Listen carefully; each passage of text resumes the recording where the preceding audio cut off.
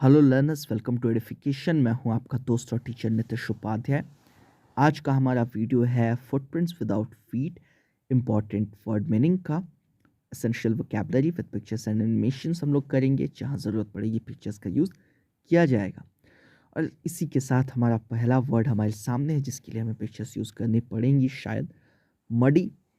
Muddy का मतलब होता है डर्टी, कोई चीज़ जो मड से एकदम ढकी हुई है, कीचड़ से सनी हुई है, तो हम कहते हैं कि वो मडी है। जैसे कि ये मडी रोड है, जिसकी वजह से कार के व्हील्स भी मडी हो गए हैं और इन्होंने मडी जूते पहन रखे हैं। इम्प्रिंट्स, जो कि इम्प्रिंट से आया है। इम्प्रिंट कहा जाता है किसी चीज़ का इम्प्रेशन जो जम जाता है, मतलब किसी चीज़ पे उसका वो उभर जाती है, छप जाती है प्रेशर की वजह से या प्रिंट करने की वजह से, तो वो इम्प्रिंट होता है। जैसे ये पाँवों के निशान है, फुटप्रिंट्स, एक तरीके से ये फीट के इम्प्रिंट्स हैं, पैरों के इम्प्रिंट्स हैं। यहाँ इम्प्रिंट करके लिख दिया गया है लव। ठीक है। बेयर फुटेड यानी कि नंगे पाँव, जूते चप्पल ना पहना हुआ हो। रिमार्केबल, कोई चीज़ जो विचित्र हो, जिसके ऊपर एकाएक ध्यान चला जाए, तो वो रिमार्केबल है। लॉलेस, जो कानून का पालन ना करता हो, धृष्ट हो एक तरीके का, वो लॉलेस है। इजेक्ट, इजेक्ट का मतलब होता है निकाल फेंकना या निकाल देना। आप लोग कंप्यूटर में भी इजेक्ट करते होंगे तो सीडी ड्राइव बाहर आ जाती होगी, हालांकि अब तो वो आती ही नहीं है, बट इजेक्ट का यही मतलब होता है। पेन ड्राइव को भी अक्सर इजेक्ट किया जाता है निकालने से पहले। वांडर का मतलब होता है ना, घूमना भटकना इधर उधर बिना किसी मकसद के। वांडरर का मतलब होता है भटकने वाला, इधर उधर घूमने वाला। बाय नो मीन्स यानी कि बिल्कुल नहीं। ब्रिम, ब्रिम कहा जाता है ना किसी चीज़ के, किसी बर्तन के, किसी ग्लास के ऊपरी किनारे को, ऊपरी जो उसका हिस्सा होता है ना, एज जो उसका किनारा होता है, उसको कहते हैं ब्रिम। ब्रिम हैट में भी होता है, बाहर की तरफ जो एक निकला हुआ होता है ना किनारा, उसको कहा जाता है ब्रिम। जैसे ये आप कांच का ग्लास जो देख रहे हैं, वाइन ग्लास, इसके ऊपर ये जो हिस्सा है गोल वाला, जो ओपनिंग का हिस्सा है, उसको ब्रिम कहा जाता है। और ये हैट में जो आगे की तरफ निकला हुआ हिस्सा है, ये ब्रिम है। फिर एक वर्ड आया है ग्रोसरी। ग्रोसरी आमतौर पे खाने पीने और रोज़मर्रा के इस्तेमाल की चीज़ों को कहा जाता है। ये सब चीज़ें ग्रोसरी हैं आमतौर पे। पाइल कहा जाता है चीज़ों का ढेर, एक के ऊपर रखा हुआ हो, एक के ऊपर एक करके। जैसे ये पाइल ऑफ लॉग्स है, ठीक है, ढेर सारी लकड़ियों का लट्ठर। ये एक पाइल ऑफ, एक तरीके का क्विल्ट्स है, pile of quilts. Pile of papers, ठीक है, पाइल ऑफ बुक्स। आ ही गया क्विल्ट्स, जो कि क्विल्ट से आया। क्विल्ट कहते हैं बेसिकली कोई ऐसी चीज़ जो दो लेयर का कपड़ा हो और उसके बीच में कोई स्टफिंग हो रुई वगैरह की।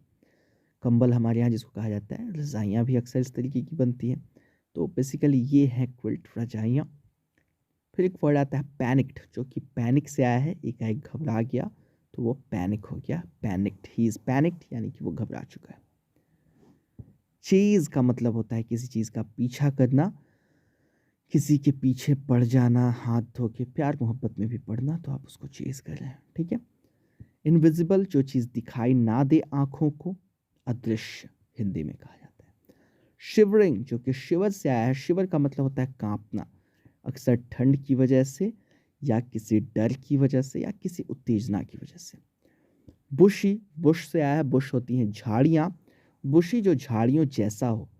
आमतौर पे दाढ़ियों को बुशी कब कहा जाता है, जब वो बिल्कुल अच्छे से ग्रूम ना किए गए हों, ठीक है। बुशी बियर्ड आपको याद होगा, वो एवलिन ग्लेनी वाले चैप्टर में भी आया था। कुछ ऐसी बियर्ड जो होती है वो बुशी बियर्ड होती है, और स्क्विरल की पूंछ ये बुशी है, ठीक है। फिर एक वर्ड आता है कैलाउस। कैलाउस कहा जाता है किसी ऐसे इंसान को जो बिल्कुल दुष्ट हो, जिसके अंदर भावनाएं ना हो, ठंडे दिल वाला हो। और कैलाउसली वो काम करता है, यानी कि बिल्कुल धृष्टता से काम करता है, बिल्कुल बेदर्दी से, निष्ठुरता से। निष्ठुर एक्चुअली एग्जैक्ट हिंदी होगी कैलाउस की। फिर एक वर्ड आता है ईगर, किसी चीज़ को करने के लिए बेचैन हैं आप, तो आप ईगर हैं। फिर एक वर्ड आता है इन, आई डबल एन इन। सराय को कहा जाता है, धर्मशाला को नहीं, सराय को। आपने कई होटल्स के नाम के आगे देखा होगा, होटल फलाना इन। तो यहीं से वो वर्ड आया। वैगिंग जो कि वैग से आया है। कुत्ता जब अपनी पूँछ हिलाता है ना तो वैग कर रहा होता है। आपने देखा होगा अक्सर लोग एक उँगली उठा लेते हैं हाथ की, मैं भी काफ़ी करता हूँ, और ना में इधर-उधर हिलाते हैं, वो भी एक तरीके का वैग है। टंग स्वैगिंग, लपलपाती हुई जीभें, ज़्यादा बात करती हुई जीभें कहते हैं। बट कुत्ते की पूँछ जो हिलती है आप उससे समझ जाएँ वो वैग है। लैंडलॉर्ड आमतौर पे ज़मींदारों को कहा जाता है। इसके अलावा लैंडलॉर्ड कहा जाता है किसी ऐसे इंसान को जो अपनी ज़मीन या अपना मकान, अपनी दुकान किसी को भाड़े पे दे। हमारे यहाँ हिंदी में मकान मालिक कहते हैं, ठीक है? मालिक मकान। फिर अगला वर्ड है सॉलिट्यूड। तन्हाई को कहा जाता है, अकेलेपन को कहा जाता है सॉलिट्यूड। एक्सेंट्रिक सनकी होता है, जो अपनी धुन में होता है, थोड़ा अलग तरीके का होता है, वो एक्सेंट्रिक है, जैसे मैं हूँ। पोकर, पोकर आमतौर पे एक गेम होता है कार्ड का, और मैंने तो खेला नहीं, मुझे पता नहीं कैसे खेला जाता है। और इसके अलावा पोकर होता है ना, एक लोहे का डंडा होता है जिससे आग में खोदबीन की जाती है, आग को जलाए रखने के लिए, चीज़ों को इधर उधर करने के लिए। जैसे ये जो हाथ में इन्होंने लिया हुआ है पतला सा, एक्चुअली ये स्कीवर की तरह है, लेकिन ये पोकर है बेसिकली, ठीक है? ये भी पोकर से खोद रहे हैं आग को।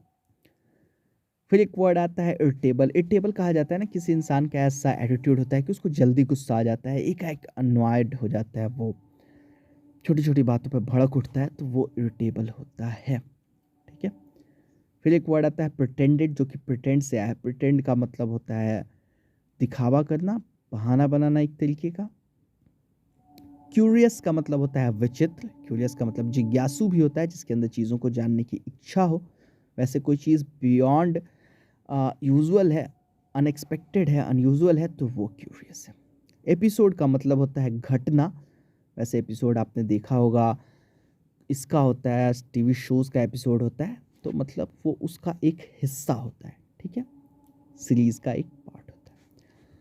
क्लैज़ीमैन कहा जाता है ना, जो चर्च से जुड़े हुए लोग होते हैं उनको, मतलब चर्च के पादरी, बिशप वगैरह, उन लोगों को। चिंक, जो सिक्कों की खन-खन होती है उसको कहते हैं चिंक। गैस्प, एकाएक मुँह खुल जाता है ना, ग्रैस्प है यहाँ पे, मुझे गैस्प दिख रहा था।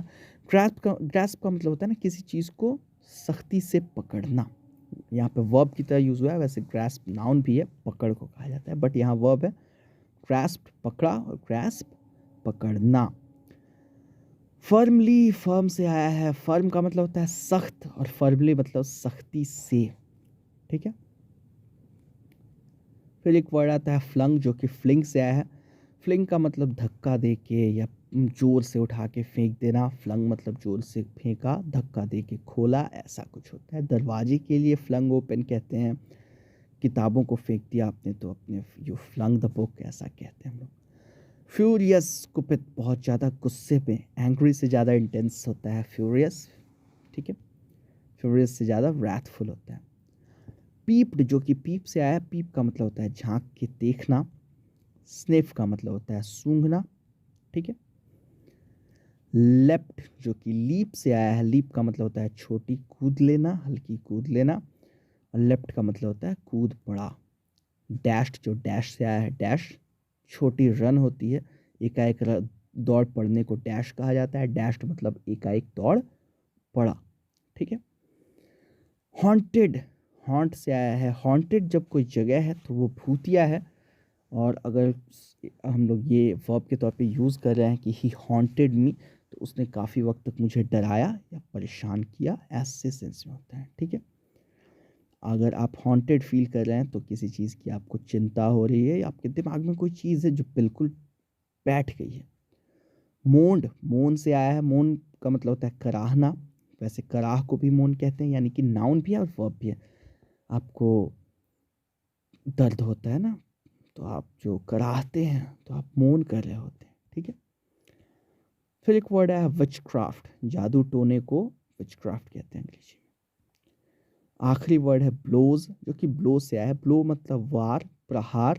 ब्लोज मतलब वार, प्रहार का प्लूरल हो गया, ठीक है? तो इस तरह से इस चैप्टर की वर्ड मीनिंग ख़त्म हुई। उम्मीद करता हूँ कोई वर्ड छूटा नहीं हो, आपके काम आएगा वीडियो। फिर भी अगर कोई कुछ छूट गया है तो आप line by line Hindi explanation देख लें इस चैप्टर का, उसमें तो कुछ छूटता कभी है नहीं। तो चलिए मिलते हैं अगली किसी वीडियो में, तब तक के लिए stay safe, take care and keep learning. उम्मीद करता हूँ आपको ये लेसन समझ में आया होगा। अगर ऐसा है तो प्लीज़ लाइक का बटन दबाइए वीडियो अच्छा लगा हो तो, और साथ में नीचे कमेंट करके हमें ज़रूर बताइए अगर वीडियो नहीं पसंद आया, या आप ये भी बता सकते हैं कि आप आने वाली वीडियोज़ में क्या चाहते हैं। शेयर ज़रूर कीजिए अपने दोस्तों के साथ अगर पसंद आया हो, और सब्सक्राइब ज़रूर कीजिए हमारे चैनल को।